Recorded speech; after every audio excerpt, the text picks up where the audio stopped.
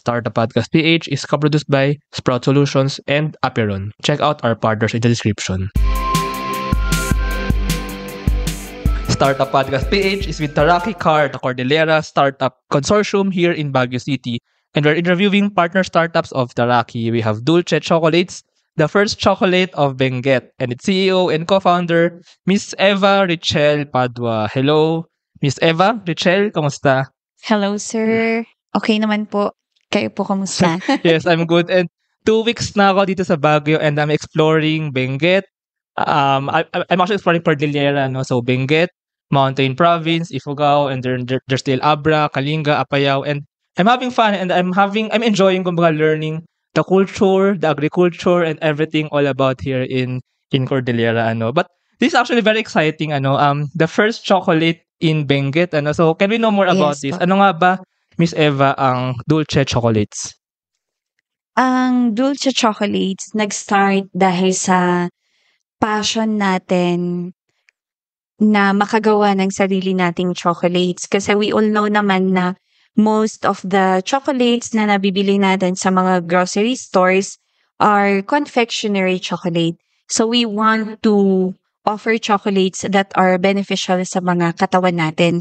Kasi 'di ba when you offer chocolate sa mga may edad na, ang sasabihin nila, naku, bawal sa akin yan kasi diabetic ako. Sugar. Bawal sa akin yan kasi high blood ako. So we came up with the idea of why not produce a bean-to-bar chocolate na masasabi natin na healthy na chocolate. Oh, so may healthy infusion pala to. Actually, Yes, po. I'm a fan of chocolates. Mahilig ko sa chocolates, ano. And mamaya titikman natin si Dulce Chocolates and i-rate natin. I think it's very mouth-watering.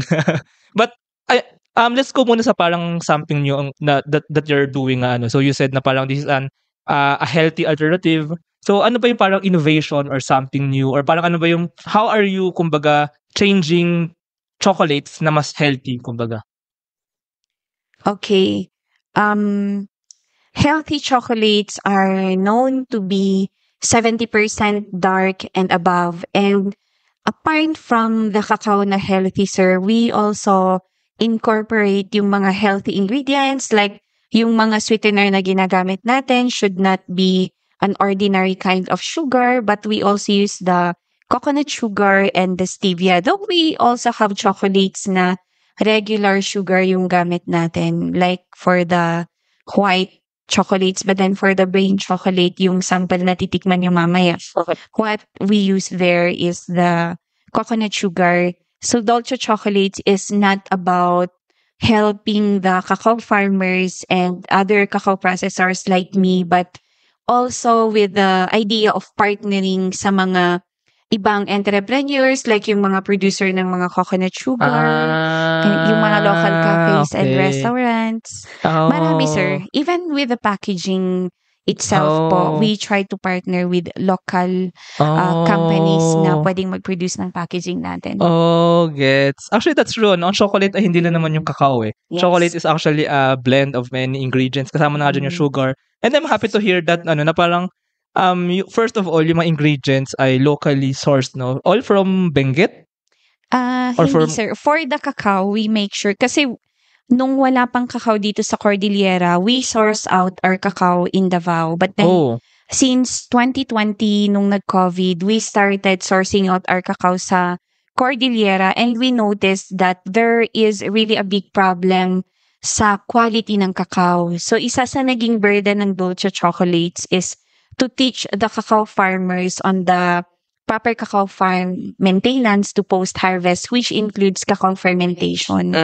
Kasi upon roaming around, kagaya mo, sir, I roam around the whole Cordillera as the regional cacao chair also for the Cordillera region. So one of our goal is to teach the cacao farmers on the proper cacao farm maintenance to post-harvest, kasi even the identification of 70% dark, 70% ripe, not dark, ripe na cacao, hindi masyadong alam ng mga cacao farmers. So we have to educate them. Oh. Okay, I have 2 questions, Miss Eva. First, yung sa Baguio City or sa Cordillera. Yes. I mean, before ba, mahilig ang mga dito kumain ng chocolates? What do you think about that? Ang alam ko, oo. Kasi, even abroad, 'di ba, sir? Mga from the Cordillera na umuuwi sa Pilipinas, ang ginagawa nilang pasalubong more on chocolates. And malalambing ang mga Cordillerans. Kaya talagang ang number one na iisipin nilang pangregalo apart from the coffee ay mga chocolates. Okay. So, yeah, that's the first thing. So, people here actually like chocolates. Pero yung chocolates nga maybe na kumbaga binili somewhere, maybe hindi ganun ka healthy, in terms of like the sugar content and maybe in terms of the other ingredients na andun, right? Yes. And then second na question ko is for the cacao farmers. So, you mentioned na dati you get from Davao, but before ba are there cacao farmers na in the Cordillera and kumbaga mas tinutulungan lang sila now? Yes, we do have cacao farmers in the Cordillera. Noong 2017, I am one of the graduate of the Kapatid Mentor Me program by the Department of Trade and Industry, and I asked their help kung meron silang marirecommend na mga cacao farmers sa akin. And then, doon ko nakita yung mga problems nila. Kasi I asked them kung meron pa silang available cacao, and lagi nilang sinasabi na wala na, pinutol ko na kasi wala kaming market. So parang nalungkot ako doon. I wanted to avoid that problem. So from being a chocolate maker, I have to go down and learn the basics of cacao planting, cacao farm maintenance, post-harvest. Actually, sir, hindi ko alam yun. Natuto ako 2017 to 2019. And then 2021, I have to refresh what I have learned. Naisip ko, kumusta ang mga cacao farmers kasi ang daming nade-depress, maraming napapabayaan yung mga tanim nila because of our situation. So, COVID pa lang, sir, nagro-roam around na kami. Together with my colleagues na meron ding mga puso sa cacao industry talaga sa Cordillera. Okay, now I understand. I'm very curious about your story as a chocolate maker, pero later, let's talk more about that. Kasi, I mean, talking about the industry, the industry, mayroong supply and demand. May consumers tsaka may producers. For the consumers, maybe in Baguio nga, and actually all over the Philippines naman. I mean, uso naman ng chocolate. Ako, mahilig ako sa chocolate. And second, yung cacao farmers naman, yung parang producers, maybe somehow, nagkakaroon ng disconnect na meron naman tayong mga producers, pero bumibili pa tayo ng iba, Parang pwede naman natin isakto na kung ano yung hanap natin, yun yung nakaproduce ng mga cacao farmers dito. So that's why yung with the help of the parang natutulungan din yung mga cacao farmers to really develop their farming. And kumbaga yung cacao that they produce can be turned to the chocolates that Dulce chocolates make na kakainin din ng mga Pilipinong nasa Cordillera, nasa Benguet, and actually anywhere in the Philippines. Tama ba yung ganong Yes, sir. Actually, tama ka. Meron kaming nakukuha, pero yung supply na kailangan namin, hindi pa makater ng Cordillera kasi we are very new when it comes to cacao. We do have mga existing na cacao trees, pero when it comes to amount of production, kulang yung napoproduce nila to supply us. So parang while teaching the cacao farmers, we don't have other options but to source out cacao. At least naman local pa rin yung kinukuha natin. We don't get cacao from other countries. Still in the Philippines. So, habang tinitrain natin sila, we source out our cacao from Davao. Nung nakikita ko na nag-i-increase yung mga nakukuha naming cacao sa kanila, dun na ako nag-stop. And yun, we decided na why not produce talaga yung Cordillera chocolate. Gets amazing. Actually, exactly. I mean, para siyang chicken and egg na magkakaroon lang ng more economy yung mga farmers if may bumibili ng cacao nila. Yes, and para magawa yun, meron tayong Dulce chocolates. Parang, kumbaga, mas nagiging accessible yung mga chocolates sa mga tao and since masarap siya, mas bibilhin siya, so mas kikita yung mga cacao farmers, mas magde-develop yung agriculture nila, right? Yes, sir. Oh, ayun. And apart from Dulce chocolates, sir, hindi lang actually tayo ang processor in the Cordillera. We have more than 20 cacao processors already. Parang abot na yata ng 30 kung Cordillera wide. But then here in Benguet, nasa 20 na talaga kaming mga processor. And proud naman kami na most of them were trained by Dulce chocolates. So sa Dulce chocolates, kumbaga encompassing siya, nagpo-produce siya ng chocolate, and nag-train din siya ng mga farmers and processors. Yes, sir. Kasi I believe na kung dulce chocolates lang yung laging ipa-frontline mo sa mga cacao farmers, it's not enough. We need more cacao processors para kung in case mamunga lahat. Kasi sir, do you know that we already have more than 800,000 cacao trees na naitanim sa Benguet? Dami yan. For Benguet area lang yun, sir. And our goal for Benguet is 1 million. So malapit na kami sa goal namin. Asan pala yung mga cacao trees in Benguet? Nasa 13 municipalities of Benguet and also Baguio. We have mga tanim na sa Baguio. Dito sa city? Yes, sir. Meron. Sa Quezon Hill, meron. Malapit lang. Quezon Hill. Yeah. Navy Base, meron po. Sa Tranquoville, meron din. Andun din yung mga farmers? Yun lang ang pagkakaiba dito sa Baguio kasi most of the cacao na tanim nila ay backyard lang. Okay. So parang nasa harap lang ng bahay nila. Kasi nga, almost, halos titignan mo yung area dito sa Baguio, mga buildings na yung makikita mong pinatayo. But then, in other municipalities of Benguet, doon na talaga natin makikita yung mga cacao farms. I see. But basically, yun yung kinaganda ng Dulce Chocolates as a startup. Hindi lang siya basically nag-manufacture or nagpo-produce ng chocolate. Meron din siyang parang backward integration na natutulungan din yung mga farmers and processors and basically yung buong cacao and chocolate industry. So now, puntahan naman natin itong mismong product. Actually, natatakam na ako. Gusto ko nang itry. So ito yung kanyang packaging and I think magabago kayo ng packaging soon. Same design pa rin siya, sir. Pero di ba nahalata mo kanina mahirap siyang buksan? Yan, ginawa na namin ng paraan para madaling buksan. Pina-emboss natin ito na design. Pina-emboss and then ito na naka-gold na siya talaga. Ayan. Yun naman, sir. At saka mas hahaba na yung chocolate natin. Yun naman yung changes. Yeah, but pati yung packaging, you also put your heart into it. And since mahirap ka siya buksan kanina, meron na tayo dito ang nakabukas na. So ngayon, susubukan natin siya. Okay namang subukan? Yes. Actually, Let me tell you something about the chocolate. Brain chocolate is a 40% dark chocolate, milk chocolate siya, na walang halong soy lecithin. So when you taste the chocolate, don't expect na kasing lasa ng mga milk chocolate na Toblerone, mga ganun chocolate. Kasi wala siyang soy lecithin. You can still taste the essence of the dark chocolate. And incorporated na din sa kanya ang almond nuts, coconut sugar yung ginamit nating sweetener. Actually, yan ang ingredients niyan, sir. I like that. Yes, sir. Cacao beans, almond, and coconut sugar and milk powder. Yun lang yung ingredients niya. So parang talagang healthy alternative talaga siya. Yun yung mga umuusong parang healthy alternative ng milk, yung mga sa milk din, But actually, I love dark chocolate. I mean, even like, it's like, bitter, di ba? May parang bitter taste siya. But, ayan, subukan na natin. Kinakabahan ako, sir. Harap. Promise. Harap. Oh my God, harap. Legit. Gusto ko siya. Pwede bang bumili? Magkano siya? Magkano yung ganito? We sell it at 225 pesos, sir. But if you visit the shop, kasi iniisip namin yung effort ng mga customers namin going to our shop, mababa lang siya, mas mababa at 200 pesos. Kaya mas mababa pag pupunta sa shop. Sarap, promise, masarap. Oh my God. Ubusin ko siya, sarap. Saan pala yung shop? Ayun na. It's my time to promote the location of our shop. We are located at number 001, Skyline Compound, Purok 18, Irisan, Baguio City. So, doon ako galing, sir, sa Irisan. I think Irisan is parang sorry, inungoy ako pa. Masarap, promise, sobrang sarap, promise. Oh my God. Promise.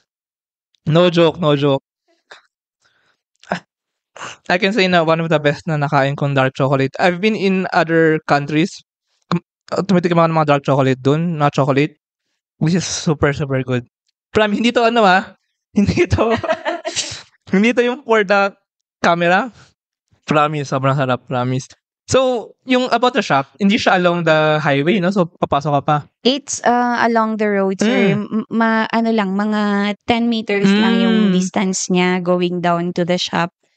Correct if I'm wrong, Irisan is parang on the west of Baguio City, diba? So, Nagilian ba yung daan niya? Yes, Nagilian, sir. If you want to buy Dulce chocolates, when you're going to Baguio City na hindi Cannon Road, nasa kabila, na Gillian, meron kang pupuntahan somewhere. So, hanapin nyo na lang, search nyo nasa Google Maps ba ang Dulce Chocolates? Wow, that's one of our problems, sir. Kasi if you search Dulce Chocolates, ang mag-appear Kisad. So you can Google na lang Skyland Garden and Hotel. So apart from that flavor, sir, we do have 13 different flavors of Dulce Chocolates. Oh, ano yung mga iba-iba? Yun yung parang innovation din ng Dulce. Na yun din ang advice ko sa mga kasama kong cacao processors. Huwag niyong gagayahin kung ano yung pinuproduce na ng Dulce, but you should produce yung mga chocolates na wala pa sa chocolate industry. Pero it's okay naman that they copy the flavors we have. Pero wala na kasing authenticity yung ganun, sir. We have matcha chocolate, minty matcha, cookies and cream. We also have keto chocolate, sir. Ang hindi nawawala sa amin, 70% dark and tablea. Kasi kahit na very common na yung dalawang flavor na yun, mabili talaga sila. And Arabica chocolate to also promote the Arabica coffee here in the Cordillera. And meron din kaming chili strawberry. Yun. And strawberry white chocolate. So si Brain Chocolate, itong nakain natin ngayon na 40% dark, parang basically flavor siya dahil sa percent component ng dark. Yes po. 40% dark. So para pag more ibang flavor na siya, ganun. Yes po. Iba na yung ano. Iba ay halos napakadami nating flavor ng Dulce Chocolate, sir. So, isa pa lang yan sa na-try mo, sir. I-try mo na din yung 12 na flavor. Yes, I want.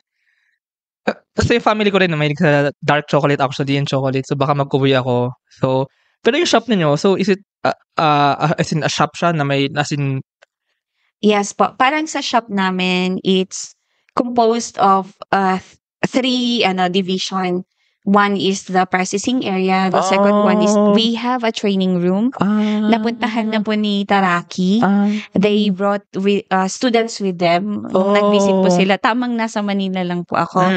And then a physical shop where you can also enjoy the different flavors of chocolate drink. But we used still yung mga Dulce chocolates namin. And we also have brick oven pizza, sir. Oh, wow. Yes.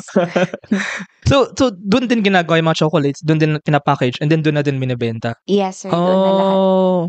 But aside from that, meron na ba parang reseller or distribution ang Dulce chocolates? Yes, sir. We are available at Piccadilly sa The Manor Hotel. Soon we will be available sa Forest Lodge, Tita Leia's, Chaya.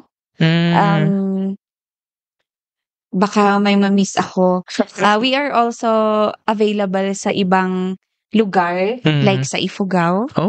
And even sa Mountain Province, we are available sa Sagada. Yes po. And nanggaling din ako dun. Also, sir. Sa Baile. Sa The Coffee House. Yes. Almost lahat, sir. Hindi ko pa maalala yung ibang places kasi may mga gustong mag-business apart from their job, gustong dalhin. Ang gusto nilang mag-business ng chocolates. And ang workout naming project ngayon is sa New Zealand. This will be our first company partner na nagsusupply talaga kami ng chocolates doon. Kasi matagal na po kami nagpapadala ng chocolate sa ibang bansa, pero as personal consumption. Meron yung mga nagbibenta pero mga worth ng 20,000. So we are also aiming na sana makahanap kami ng company na magpo-purchase ng more than 100,000. How about sorry, kakain pa ako, masarap eh. How about parang maybe in Manila or maybe other parts of the Philippines? Do you see na parang maybe nasa mga groceries, ganun, or nasa mga ibang shops? As per experience, sir, we are not saleable sa groceries kasi as I have said, meron tayong mga ibang chocolates doon na mas cheaper than Dulce. Ano naman parang, first of all, I think, I have to, kasi parang, first of all, it's a brand, it's a unique brand, it's a healthy alternative. So, for me, 200 pesos, 225 pesos for this, it's actually worth it, to be honest.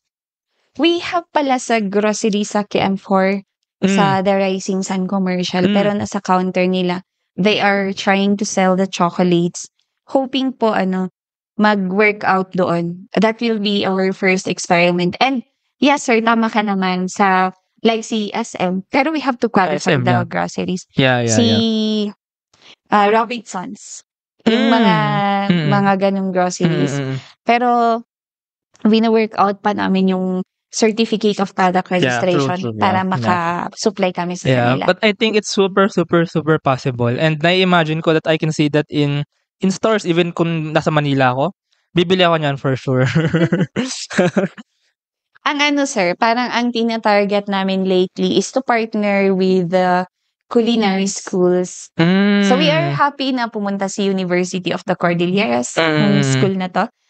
They went there to purchase chocolates for the HRAM competition na na-held sa Manor. And one of the judges there was my friend. Pero hindi ko nasabi sa kanya na may nabiling chocolate. And then sa University of Baguio, they also went there and purchased chocolates for the competition of HRAM. Sana nga manalo sila, sir. Yeah, but I mean, this could be a really mainstream brand, I think, to be honest. Ayun, grabe. I can't get over it. Sarap talaga. Is payroll processing taking too much of your time? Introducing Sprout Payroll Starter. For as low as 5,000 pesos per month, you get a team of experts to help you with your payroll and HR needs. We'll help compute and process payroll, handle all your government compliance requirements, and automate timekeeping. Leave the payroll to us so you can focus on growing your business. Enjoy peace of mind with Sprout Payroll Starter.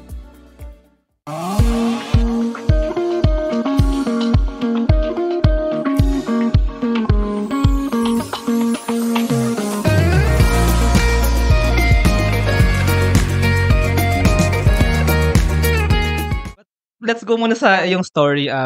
So, you're a chocolate maker din, and grower, farmer din. So, can you know more about your background? I took up nursing when I was in college.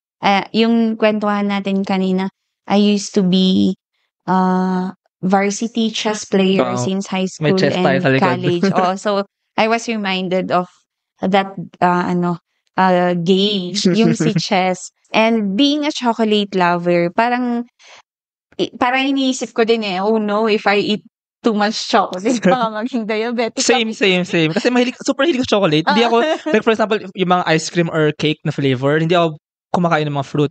Really chocolate talaga, chocolate flavor, and hindi mga chocolate bars. So, and same thoughts na parang baka unhealthy, so hindi ko siya makain araw-araw. Pero ito, actually, it's the same taste. Ulitin ko na naman, pag promote, it's the same taste for me, 40% dark. Pero, kung healthy siya, I mean, it's a healthy alternative, maybe I'll eat this every day. Ayun, sir. So, ayun, nauna kasi ang research and development namin in 2014. And then, napakadaming kind of tasting. When I was making the dark chocolate, hindi ko ma-convince yung sarili ko na mabibenta ko siya. So, I tried to give it to my youngest daughter. Kinakain niya. So, sabi ko, kung itong batang ito, 1-year-old, nakakain niya, imposible sa mga mas matanda sa kanya. So, it's hard to introduce. Ang pinakamahirap is, they always question the price. Mahal yung chocolate. They do not understand kasi, sir, the difference of kasi, chocolates. For example, ngayon I mean, I have to say again, for example, even mga matatanda, I remember my mother, kasi ngayon, lagi na kami bumibili, for example, milk, almond milk, cereals, and yung mga iba, yung mga health alternative. It's actually parang times 1.5, times 2, but it's worth it. So, kung chocolate, and let's say times 2 or times 1.5, ang price niya, I mean, yung mga usual chocolates that we eat, hindi siya okay I mean, you will eat that only maybe parang once a month kasi for the health, diba? Pero ito, you can actually eat it, maybe hindi man araw-araw, sige, pero more frequently kasi, siya, less, kumbaga, healthy siya, diba? So, for me, you should be more confident that this can actually be a mainstream brand, even with the price, I think, and I believe. Ayun. Yes, sir. Parang nasa experimental pa kami sa market namin. Pero I am very blessed that I have mentors to advise me. Like, ano yung mga markets mo. So, I have to tell them talaga kung ano yung mga tina-target kong market. And then, lately, nasuggest nila na, I think it's best to partner with culinary schools. Like sa Manila sana, sir, if only we have connection there, bibilisan talaga namin, sir, kasi gusto din namin ma-market yung product namin. Pero we are at the stage of exploring the market. Kaya very transparent po kami sa mga trade fairs. Yes. But ang mga Gen Z ngayon, yung mga batang generation, super hilig na sa mga health alternative. And to the point na even mas costly siya. And lalo na Filipino and very Cordilleran yung pinanggalingan niya. And kumbaga if you buy it, nakatulong ka pa sa mga local farmers.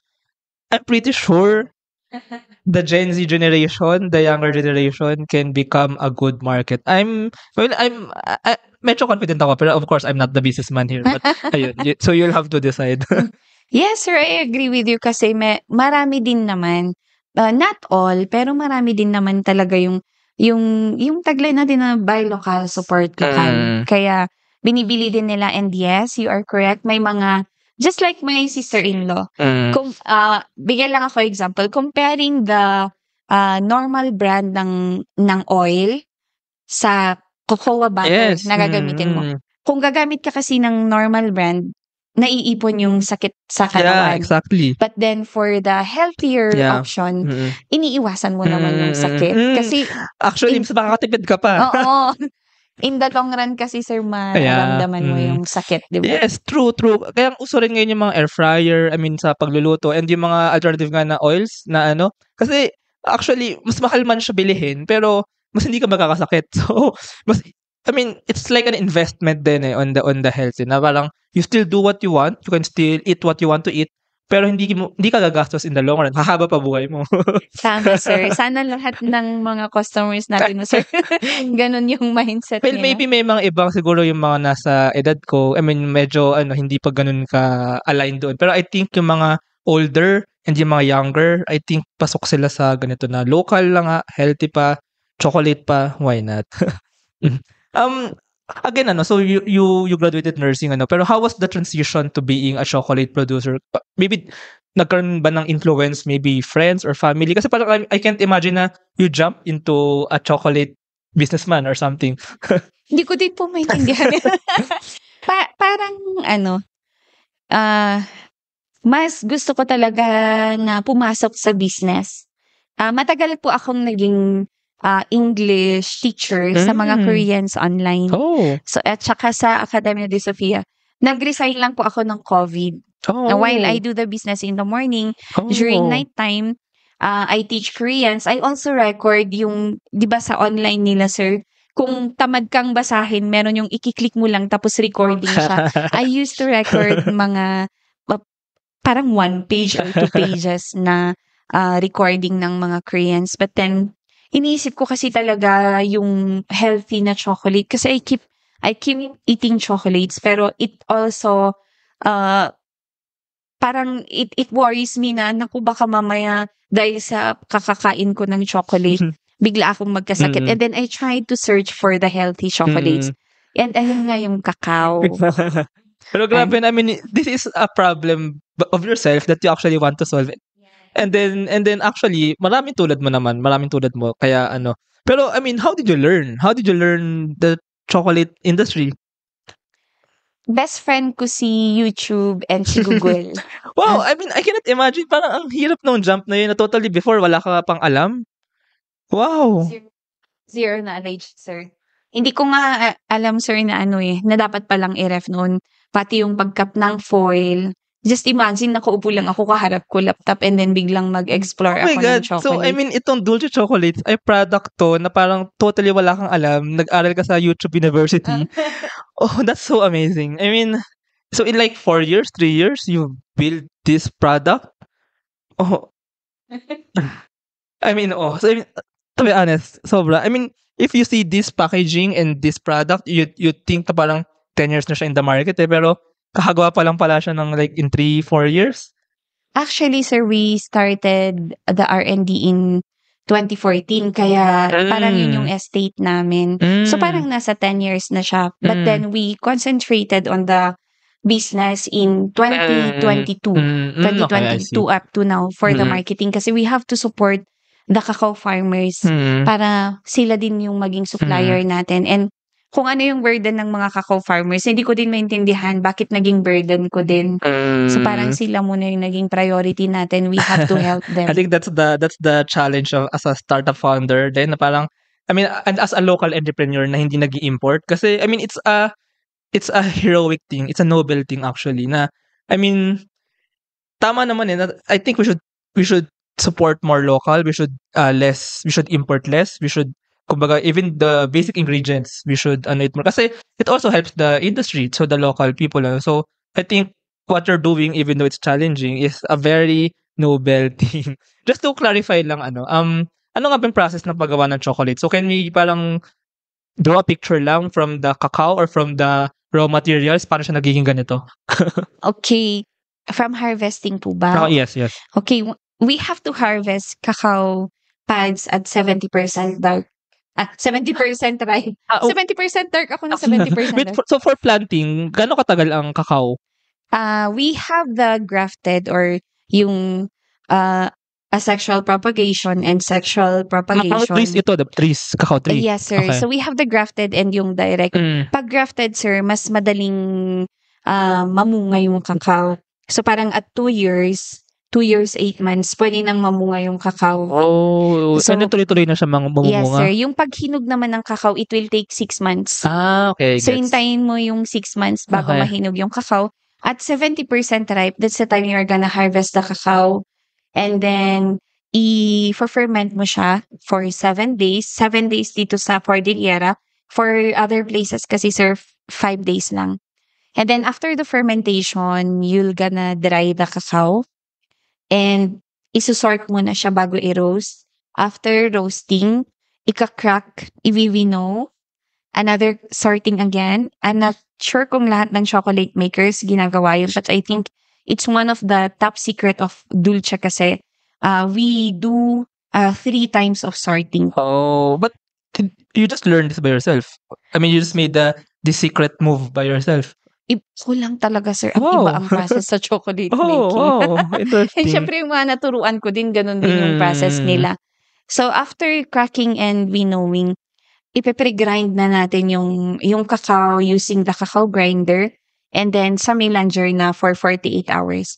And after 48 hours, ititemper na natin yung chocolate, i-mold, ilalagay sa ref, patitigasin, i-foil, and then ipapackage Yun na siya. But matagal din pala siya, ano? I mean, matagal siya in terms of time din kasi from the plant pa and yung ripening pa. Oo, sir. Kung sa process naman ng chocolate, masasabi ko na from the harvesting to fermentation to drying, it will take 1 month bago maging chocolate yung cacao pod na yun. Kasi yung process, very tedious and matagal siya talaga. And right now, you do this dun sa shop ninyo, di ba?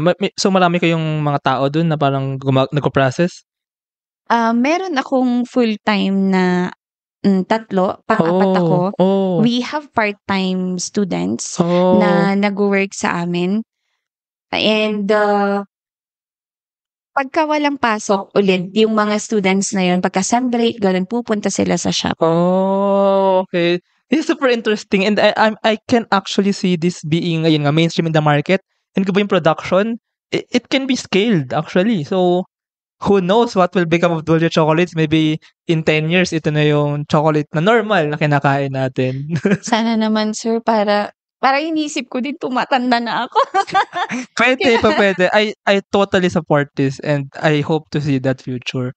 Anyway, so andito tayo ngayon sa office ng Taraki. Actually, same ang office ng Taraki Car and ng UC Into. And Taraki Car has helped you, has supported you also get funding, ano? So can we know more about how Taraki has supported you then? Okay. DOST first. DOST Baguio Benguet. Kasi, sir, for us to be known, to be recognized, nagpapapansin kami sa social media. Everything we do, our trips, our farm visitation, we post it on social media for us to be recognized. Kasi when you say cacao in the Cordillera, they don't have budget for cacao. The government agencies. So, si Ma'am Shai, yung provincial director ng Baguio Benguet, they send me the application for the WHYs. And then, nung clinic ko naman siya, pero sobrang hirap ng requirements, parang sabi ko, parang hindi ko kakayanin ito. So, in-ignore ko lang. And then, we went to Bukod. There was this parang napaka-layong lugar, Bisal, Bukod. Walang signal doon. Where is that? Bukod, Benguet. Okay. Yeah, going to North? Kabayan. North of Baguio City or I'm not sure, sir, sa direction, pero Kabayan? going to Kabayan siya. San Nueva Vizcaya. Okay. So, pa-east. Kasi papunta Ifugao din. Dun sa bandang side going na yun. Ifugao Yes, also. yes.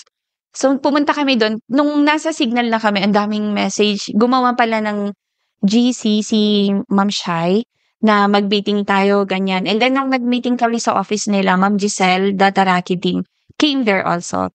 And they promised to help us. But then, kagaya mo, sir, pinapakilala ko si Dulce. Tell us more about Dulce. So, parang habang nagsasalita ako, nagsusulat sila sa board for them to know more about Dulce chocolates. And then, ayun, they helped me make the proposal. Ang kulit ko, sir. Baka nga pag makulit na din ako sa'yo. Kulit ko sa kanila. Hindi nila ako iniwan hanggang ayun, nag-i-screening na, nakakapasa tayo sa mga screening hanggang nakuha natin yung grant ng WHYs. And meron din kaming MOA nila, MOU pala, nila Ma'am Telma. They also invite us sa mga events nila, kung saan pwede kaming magbenta, introducing chocolate. Si Ma'am Giselle, na-invite din namin sa mga farm visits namin for her to know more about our advocacy. Pero okay lang na kulitin mo kami. Kasi, I mean, tutulungan ka namin, pasikatin si Dulce Chocolates. I really believe in this. Thank you po. About the grant pala, so, given the grant, ano yung parang plano nyo gawin? Ang pinopose namin is, we will be roaming around the whole Benguet, but hindi namin in-expect na in just a span of 3 months.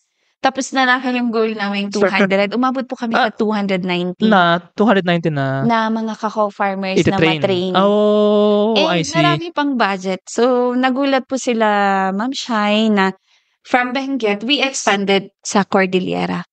So, buong Cordillera nilibot namin. We trained the cacao farmers on cacao planting, to cacao farm maintenance, to post-harvest, to tablea making, chocolate making, lahat na. And a part of the project is also to improve Dolce chocolate. So, the packaging you can see right now, sir, that is from our project na WHYs. Okay. And I am very blessed po na included din. May mga equipments din na na-include. Like the roaster, kasi manual roasting po kami, sir, manual peeling. Actually, nung Monday, nagpil po ako ng kakao, sobrang sakit ng kamay ko. Kasi yung nabili ko from the farmer, 3 kilograms lang. So, ayan, the packaging, may dalawang melanger. Maraming naibigay din yung DOST na machine sa amin. So, when you, ang kinaganda kay Dolce Chocolates, kasi yun nga, siya, holistic siya, meron din siyang training and supporting the farmers. But when you train them, so yung cacao that they produce, yun din yung binibili nyo for production. Is that right? Yes, sir. So, nakikipag-contract kami sa mga cacao farmers. Kung willing sila na makipag-contract po sa amin for our safety and for their safety also. Pero not all na natitrain namin sa amin nila binibenta. Meron din silang mga nabibentahan na iba. And meron din mga cacao farmers na kaya nila to acquire their own machine. Naging processor na din sila. Yeah, I mean, that's good for the whole industry. So, why not naman? But if ever ba, do you see na parang meron na ring parang branch si Dolce Chocolates na production in other cacao farms, in other cacao planters? In like maybe in Kalinga, in Ifugao, meron na rin dong na-train din na nagpo-produce na rin ng chocolates. What do you think about that? Pwede naman, sir, pero parang ang naging goal namin is hindi branch but to develop cacao processors sa iba't ibang provinces. Yes. Siguro, sir, for the processing area, I think mas magandang isang area lang siya. Pero the Dulce Chocolate House, like where we can we can also market yung mga Dulce chocolates. Yun siguro, sir, mag-branch out kami. Pero for the main processing area, isa na lang muna kasi mahirap. Okay. Yeah, but I mean, this is actually a very noble thing kasi nga it's really uplifting the whole industry and really uplifting the farmers, not just to farm or to plant but also to have something that they can sell pa bukod just sa cacao, ano. So kumbaga holistic talaga yung ginagawa ni Dulce Chocolates. I thought when I first introduced to you by Giselle pala is the startup community enabler ng Taraki Car. I thought basically it's a chocolate brand, but it's more than that. Ano? So I'm really happy to have interviewed you. Final question lang, ano. So parang when you did this, what were your kumbaga parang vision then? And until now, ano ba yung parang nakikita mo into the future pa? How do you see Dulce Chocolates really growing pa into the future? Not only Dulce Chocolates, but yung cacao ng Cordillera will be known international. Yung we also want to compete international. That can happen. And of course, when it comes to chocolate, syempre I also want na yung the Dulce Chocolates will compete international. But marketing naman yung Cordillera cacao natin. That's our goal for next year, sir. So we hope na magawa po talaga namin. Pero yun talaga yung challenge din, no, sa ganitong klaseng kasi ano siya, parang production siya. And sometimes merong mga magagaling na farmers, magagaling na producers, pero ang challenge din is how to scale yung kumbaga yung really producing it large scale, and also marketing it and distributing it. So I think dun papunta ang direction ni Dulce Chocolates. But I think that can happen. Being a national pride and being an international brand. Gusto kong kumain ulit pero mamaya na lang off the camera. But ayun, thank you so much for this conversation. I'm very happy and I'm very honored to have interviewed you. If our listeners want to buy Dulce Chocolates or they want to know more, maybe actually it's possible baka merong mga ibang agri startups who want to partner up with you. So how can they connect with you? Maybe you can lead them to the Facebook page or website or Yes, but we have a Facebook page, the Dulce Chocolate House, or you can search Dulce Chocolates, DULCHE, kasi sir marami nagkahanap pero DULCE lang yung nakatype nila kaya hindi nila mahanap. And we also want to promote, sir, our newest product na gumagawa po kami ng spread ngayon. Oh, chocolate spread? Yes. Parang Nutella yung ganun. Strawberry white chocolate spread, chocolate spread, and our newest po, gagawin namin siya bukas, matcha chocolate spread. Oh, pang Gen Z talaga yan. Yes, sir. So parang to promote them, kasi sa legalities po namin, any byproduct of cacao pwede namin i-produce. So apart from the chocolates, para din kung kunyari may times na matumal si Dulce, chocolates, at least yung spreads naman natin ang mag-move. But if bibiliin siya dun sa shop? As of the moment, sir, nasa stage ng nagko-compute. Okay. Paano yung pricing namin. Or pwede ba siya parang online? Yes, sir, pwede po so, sa Facebook page online. ako order and then papadala ganun? Or, yes po, pwede. Okay. Via LBC po. Oh, okay. I think I'll buy. And do you see parang being in Shopee or Lazada or yung mga ganun? We have Shopee, sir, pero medyo nagkaroon kami ng problem, kaya mas gugustuhin namin, sir, na you communicate with us through our Facebook page. Okay, ayun. So, I personally will follow the page and I'll buy more chocolates. And lalagay ko yung links ng Facebook page sa baba if you want to connect with Dulce Chocolates. Thank you very much again for this. Thank you din po. Salamat.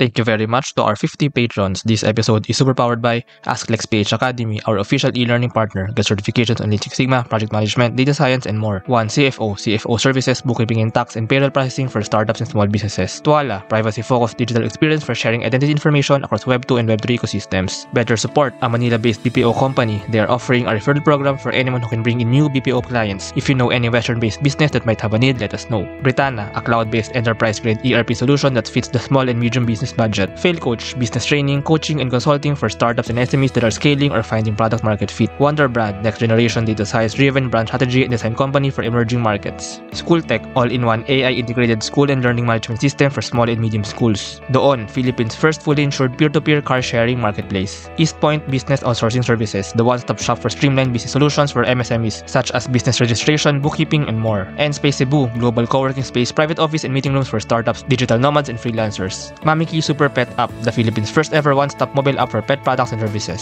MarketMind Local, a digital marketing company focused in helping small and medium businesses. Mata Technologies, Philippines' premier provider of virtual tours and maps for LGU's real estate, tourism, and private businesses. Hire Business Solutions, provider of the most configurable cloud-based payroll system in the Philippines. Smile, consent-driven digital employment verification service to make smarter decisions faster. DVCo Technologies, IT solutions specializing in software development, blockchain smart contracts, digital wallets, and cybersecurity. Drive Manila, PH's largest peer-to-peer car rental community. Ignite Careers, career matching platform for Filipino talents and hiring companies in the outsourcing industry. Looking for buy and sell online with Sigurado sellers. NutriCoach, personalized nutrition and weight loss programs for you. Benjoy's Food Products, the home of premium bacon ends, tapa, and tocino. This episode is powered by Contact RFID Business Cards, Dohe Philippines, Edfolio, Hive Rooms, Kazam, Codesham, Jure.ph, Big Giant Games, Founders Launchpad, Packetworks, Uplift Codecamp, Pareto Consulting, Agile Data Solutions, Hassel PH, Board Prep, Zales, Sirius MD, Pahatid PH. Please support the podcast through the links in the description.